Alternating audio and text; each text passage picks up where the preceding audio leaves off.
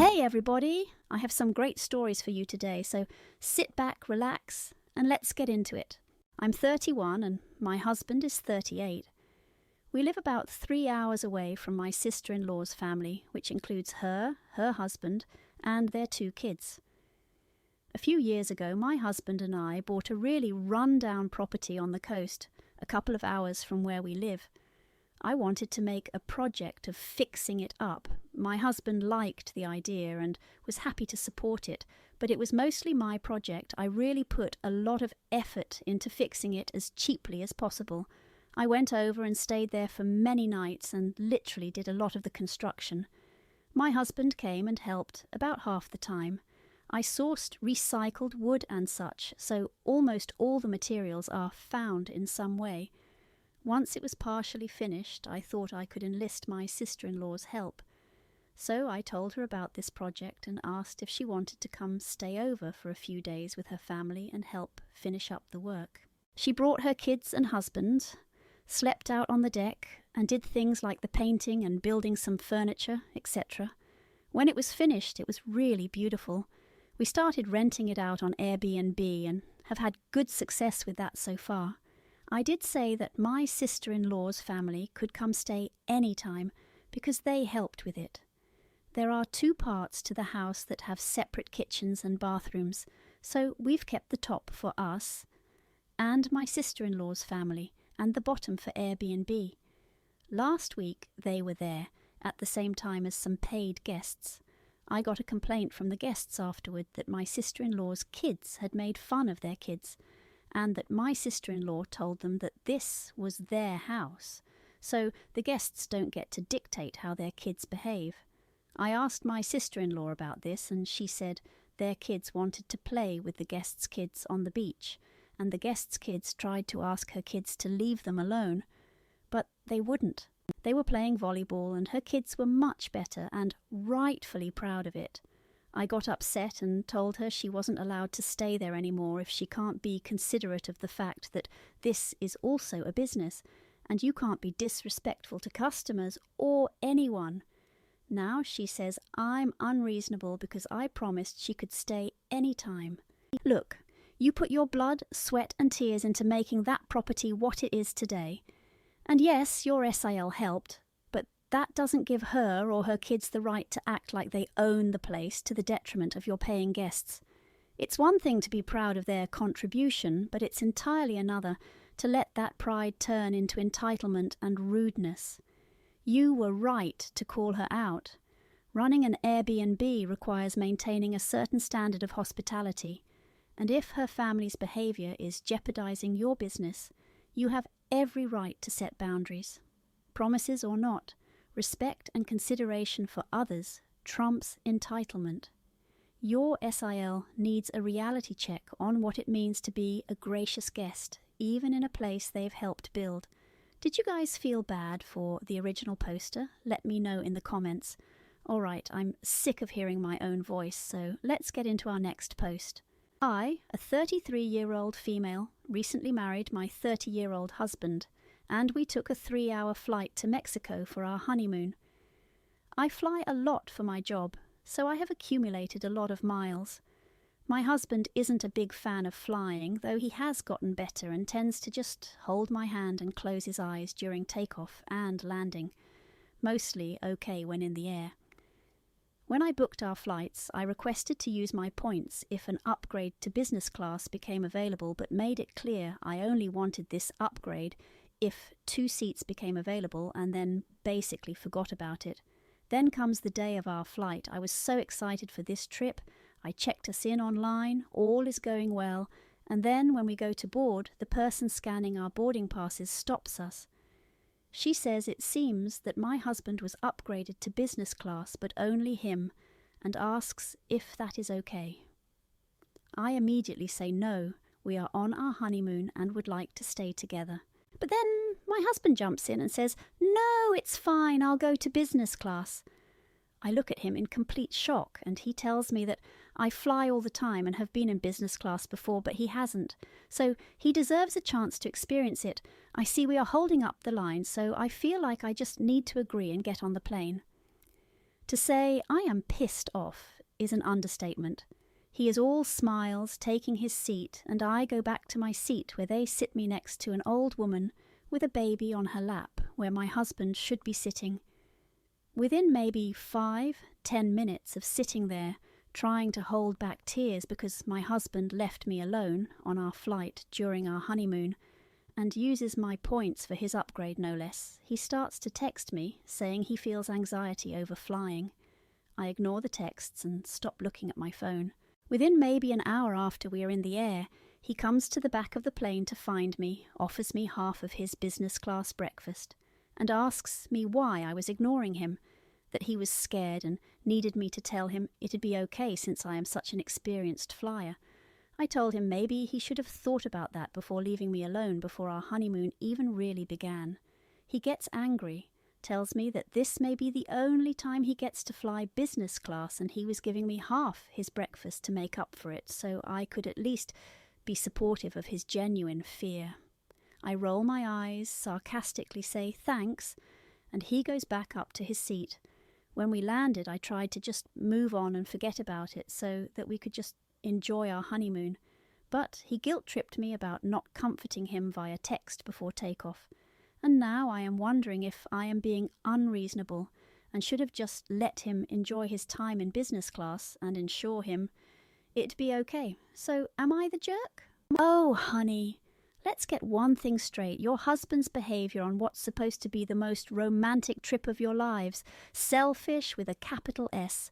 I get it, flying business class is a treat, especially for someone who hasn't experienced it. But this is your honeymoon.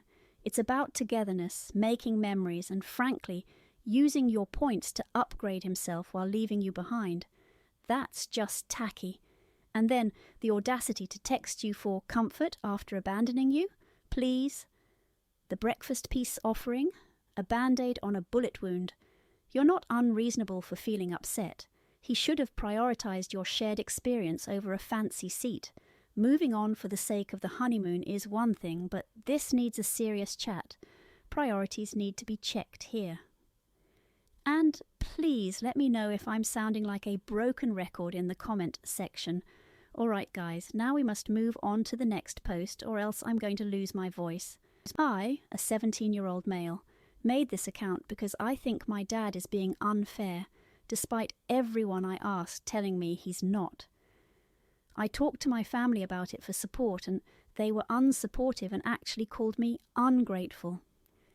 I turn 18 on April 21st, and my dad told me that he wants me to start paying rent after I turn 18, or I'll have to move out. This made me upset because both of my brothers weren't forced to move out or had to pay rent when they turned 18. My oldest brother, who is 25, only moved out 2 years ago, and my other brother, who is 22, still lives with us. I told him this, and he told me that he knows and he made a mistake when raising them, and he wasn't going to make the same one with me. I asked my dad if he was saying this to my brother, who is 22, and he told me that he wasn't because he was unemployed, and if he were to kick him out, he'd be homeless. I asked my dad why he cares about him not being homeless but is ready to make me homeless. He told me that he'll help me find an apartment and will co-sign the lease if I choose to move out. I asked my dad why he wouldn't just do this for my brother instead, but he told me that he doesn't trust him, which just pissed me off more. I feel like I'm getting punished for being well-behaved. I explained this to my dad and told him that if he would have parented better, he wouldn't have to force all his regrets on me. My dad got upset with me and told me that I was being unfair, and that I know how hard he tried to raise all of us, and I can't fault him for everything when he tried his best. I tried to call my family to try and have them convince my dad that he was the one being unfair, but they told me that I should be grateful my dad cares about me and that they agree with him. They told me his only fault is letting my brothers stay as long as they did, and they are glad he wasn't going to enable me. I did nothing wrong. I genuinely feel like I'm getting punished for my brother's actions, and I don't find that fair at all. Look, I get it. Feeling like you're being singled out stings, especially when you're comparing your situation to your brother's. But here's the thing. Life isn't fair. Your dad's approach might seem harsh, but it sounds like he's trying to correct past mistakes, not punish you. It's tough to hear, but sometimes being the well-behaved kid means you're held to a higher standard. Your dad offering to help you find an apartment and co-sign the lease, that's support, not punishment. It's a hard pill to swallow, but this could be an opportunity for you to stand on your own 2 feet. Your family backing your dad might feel like betrayal, but maybe they see this as a chance for you to grow. It's not about being ungrateful. It's about facing a tough love approach to parenting. But we must continue on. So here's the next post. I, 26 years old female, recently had twins with my husband Harry, 30 years old male. I love my babies so much, but the labour was a nightmare.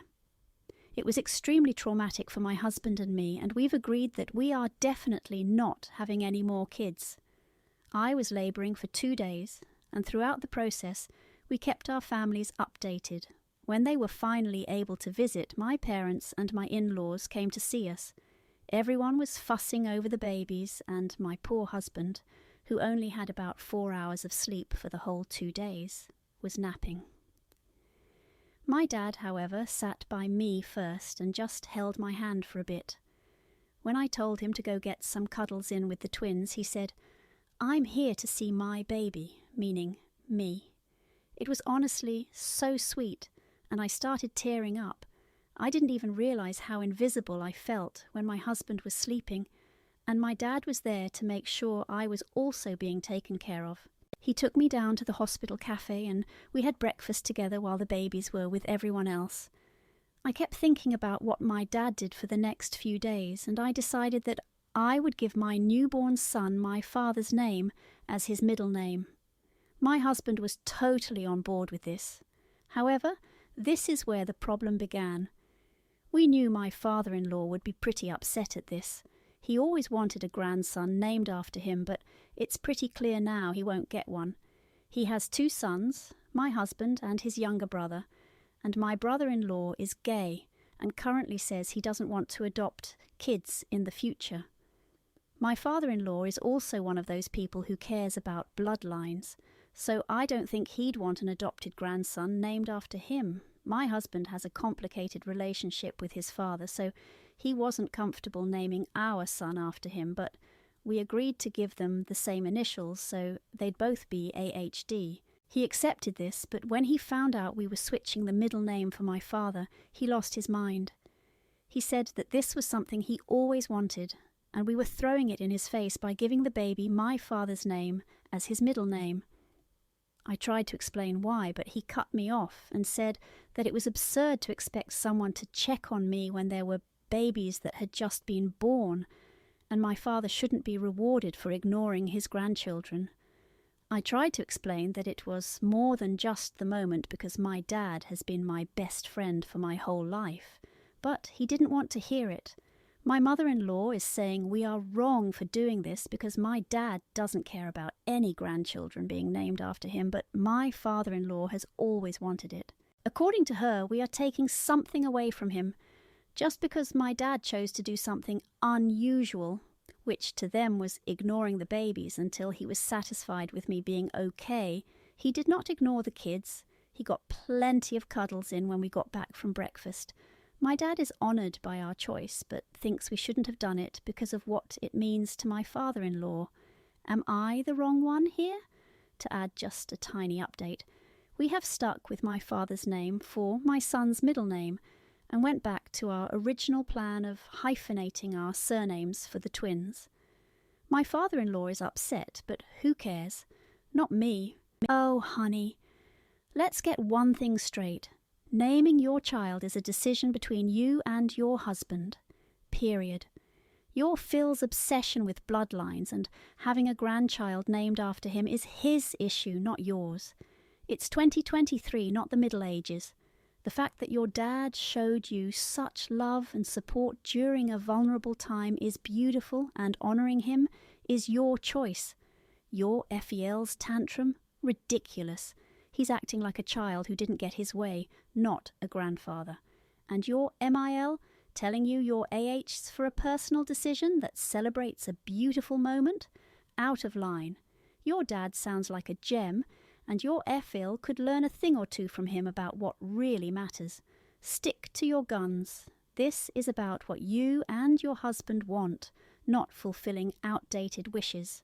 Before we move on, let me know what you thought about this situation in the comment section below. Now we must move on to the next post before I bore you to death. One of my hobbies is entering raffles, sweepstakes, radio contests, etc. I've won tickets to concerts, sporting events, some household items, gift cards, but never a grand prize like a car or vacation. Until last month when I won a free trip for 4 people to Florida for 5 nights. Obviously, I was super excited and told my wife about it right away. After our initial excitement wore off and we started talking about details, it became apparent we had conflicting ideas about this trip. Before I could even make suggestions about what I want this trip to be, my wife brought up how excited her 11-year-old daughter would be and how we could go to Disney, SeaWorld, etc. She then said that we can bring her mum with to help watch her daughter so that we could have some time for ourselves. She was so excited about it and was getting wrapped up in planning things without even hearing what I wanted. I told her that all of that sounds like fun, but I was thinking that we could invite another couple and have it be an adult-only trip, instead of bringing my stepdaughter and mother-in-law with.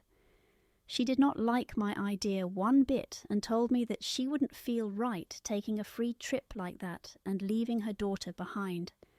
She also said that her mum has never been to Florida, and this would be a perfect opportunity for her to go there. We argued back and forth a little bit before deciding to take a break and come back to it before telling anyone about it. Well, that lasted about 24 hours before my wife let it slip to her daughter that I had won a trip. So, of course, my stepdaughter immediately got excited about it and started looking into all the things she wants to do. I asked my wife why she told her daughter, and she said it was an accident, which, come on, it started a fight between us and emotions got a little high. I told her she was wrong to bring her daughter into this after we agreed to wait, and that I never agreed to take my stepdaughter or mother-in-law on this trip. I told her that I was the one who won the trip, and she was acting like this was something specifically for her. She told me I was being selfish and that we should include those closest to us in something like this, especially when neither my stepdaughter nor mother-in-law have ever been to Florida.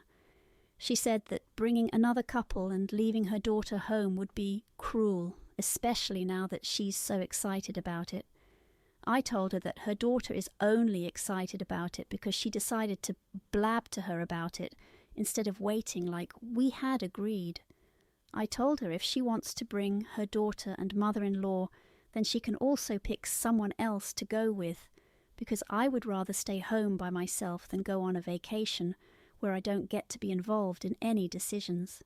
I said that if she wants to go that route, she certainly can, but I'm not paying for any of it. We have separate finances.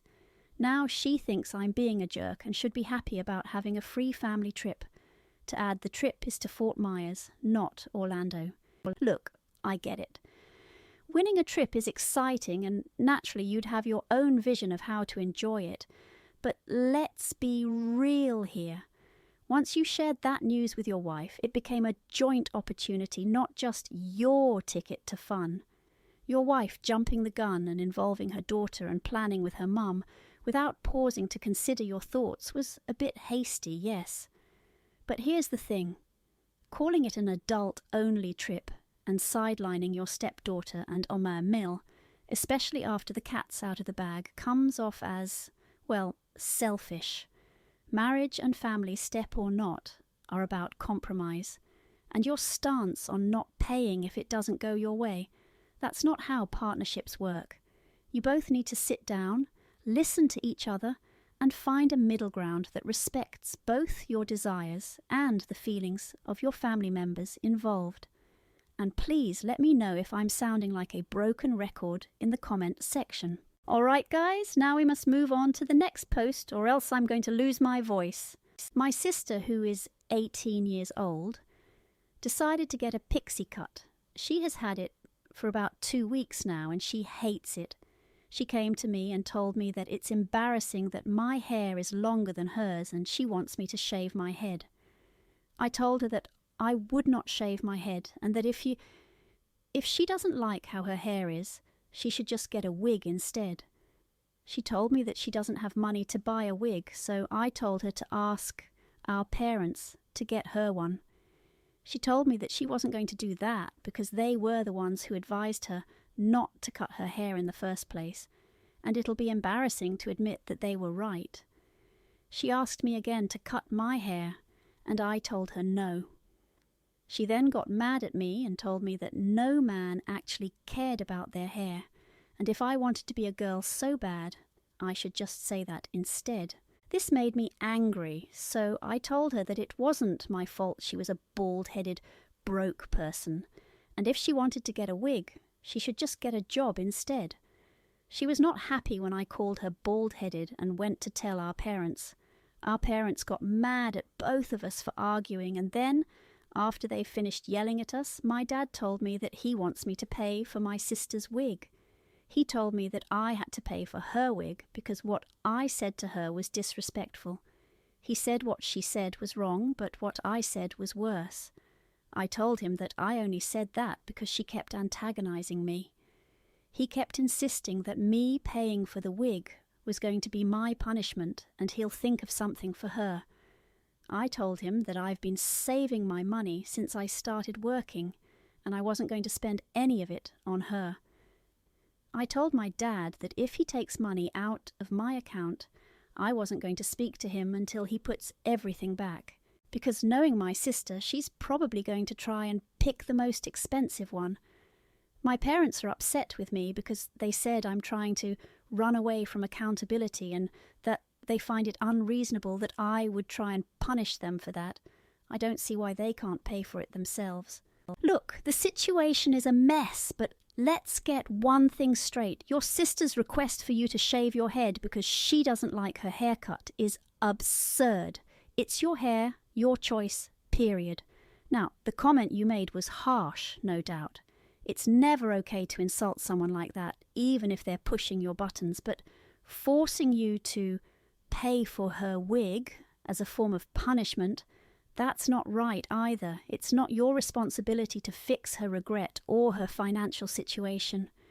She needs to learn to deal with the consequences of her actions, not bully you into bailing her out. And your parents? They should be mediating this mess, not taking sides and making unreasonable demands. Everyone needs to take a step back and think about how they're handling this. Let me know if I missed anything important in the comment section below, but we must continue on. So here's the next post. So my 30-year-old little brother, who I will call Blake, eloped with his girlfriend Shay, who is 19 years old, a few months ago. I have another brother who is 20, but this story is about Blake. Our parents and my 3 sisters, Mary, who is 22, Bea, who is 27, and Sarah, who is 25, were livid, unusually angry. I was a little confused, but after speaking to him, it seemed to me that he and his girlfriend loved each other very much and just made the rash decision to elope in Vegas. We live about 3 hours from Vegas, so it's a popular day trip destination, and they were there for the day when they eloped. It might have been a little silly, but I don't understand why they're so angry about it. Blake and Shay didn't even tell anyone about their marriage until 2 months later. Blake and Shay are a very wholesome and, dare I say, perfect couple. They obviously love each other, live together, split the bills, both study for very good degrees, and have 2 cats. I've always said you can't put a timeline on life. If they want to do marriage earlier than usual, who cares? My parents have made a point not to invite Shay to any family events since.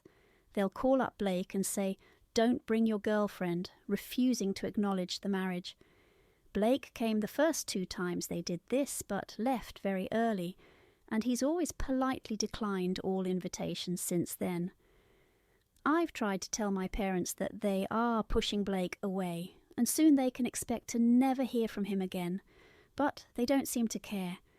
They take every opportunity to insult Shay, even though they used to love her before the elopement. It's my son's birthday soon, and I'm planning a big party.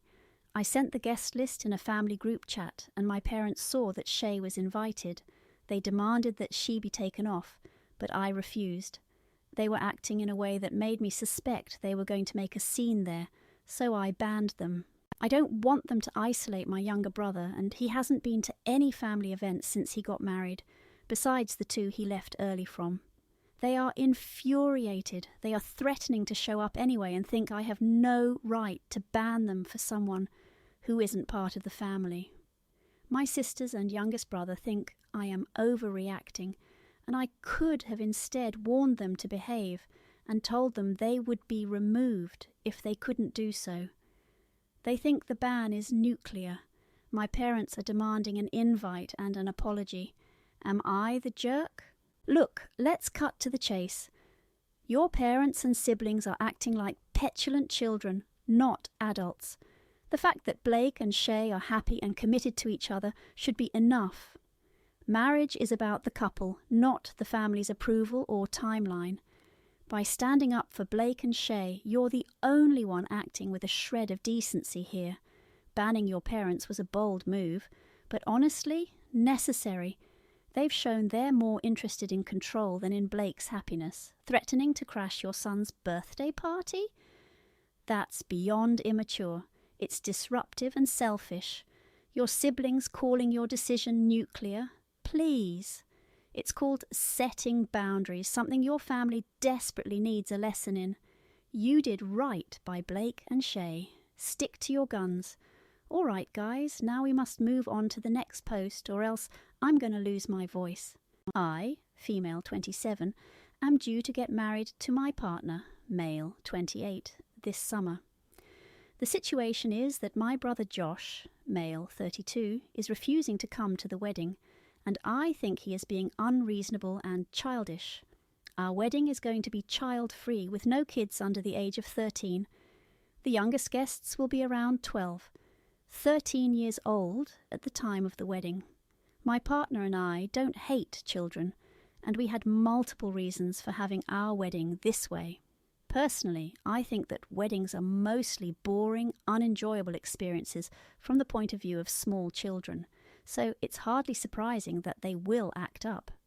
Josh has 2 kids, aged 5, twins, and he has made many comments that we are selfish for having a child-free wedding, and that if we aren't inviting his kids, he is not going. I can understand his perspective, but I think he's not making any effort to understand ours.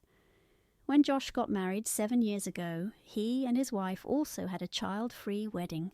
Last weekend, we attended a family party. It was someone's birthday, and some family members brought up the topic of my upcoming wedding. Josh scoffed the whole time and made a comment that he wouldn't know about it because he's excluded. His comments caused short, awkward silences, but no one responded to them. Later, when I was talking to Josh alone, I told him he's still invited to the wedding, and he and his wife can go or not. Those are his options, and him making snide comments aren't going to change the plans. He said that I'm alienating his children and that they will be very sad about this when they're older, and that they would love to be flower girls. I called him a hypocrite and told him to grow up, and that was the end of the conversation. Our parents are now getting involved, and my dad told me that he and my stepmom will not be at the wedding if Josh isn't. I'm not close with him for unrelated reasons, and our relationship is rocky at best, so I just told him that's up to him. My mom is asking me to just make an exception for Josh's kids.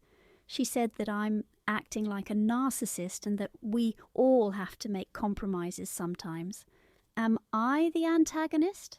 To add, multiple people have been asking, so I'll add it to the post. Josh and I are 2 out of 7 kids. At the time of Josh's wedding, 3 of our siblings had young children/babies, and so did some of our step-siblings. Look, your wedding, your rules. It's as simple as that. If you and your partner decided on a child-free wedding, that's your prerogative. especially considering Josh had the same rule at his own wedding. Calling you selfish? That's rich coming from him. It's not about alienating anyone, it's about the kind of event you want to host. Josh throwing a fit and dragging the family into it? Childish indeed. And your mum calling you a narcissist for sticking to your guns is out of line. Compromises are one thing, but bending your wedding plans to suit others, especially when they wouldn't do the same, is another. Josh needs to respect your decision, just as you would respect his. Family or not, your wedding day is about you and your partner's vision, not a family reunion checklist. But we must continue on, so here's the next post.